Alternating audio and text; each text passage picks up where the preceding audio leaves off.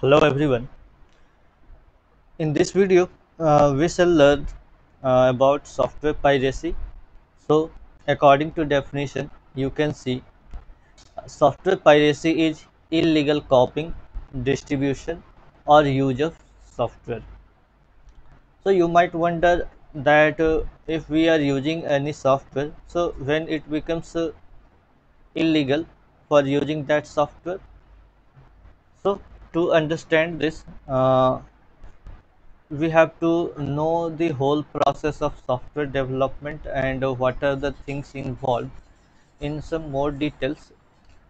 So in present times, usually softwares are developed by companies, and companies employ different software engineers and other product specialists.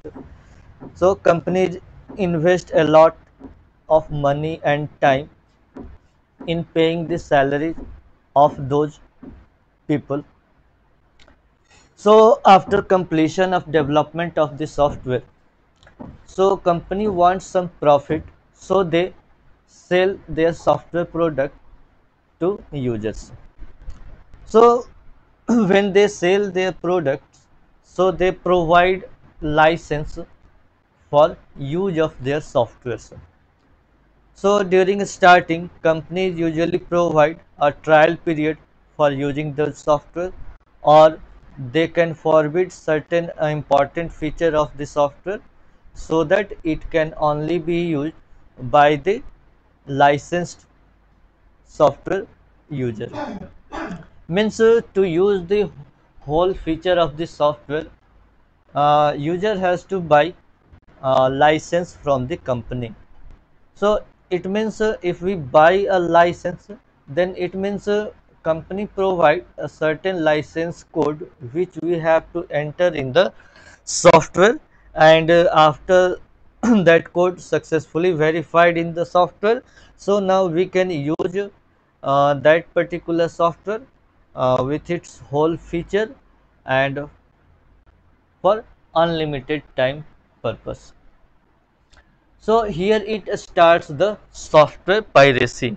So let us suppose that a person buy a software license from the company, and company provides him a certain license code, and now that person starts selling its own software copies with that license code to other persons. So in this process, the first person only get profit by selling that software product, but the company has no idea about this type of selling. So in this way, company loses its profit. So this is called software piracy. So there are several different forms of software piracy. Usually you just do. So the first one you can see, counterfeiting. Counterfeiting means to create duplicate product. Means if I buy a certain software with its license key, then I create duplicate copies and start selling it to other persons. So this is called counterfeiting. Next one is soft lifting. So soft lifting means if someone borrow a particular software from someone other, so it is called soft lifting. Means if you borrow a certain software from your friend, then your friend may have the licensed software, but if you borrow that software from him, then you will not have a proper license from the company. So this is called soft lifting. The third one is end user piracy.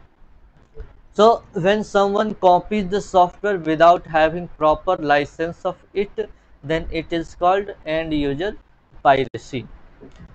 So here in every type you can see the only thing we are doing here to transferring the software product to others without letting know to the company.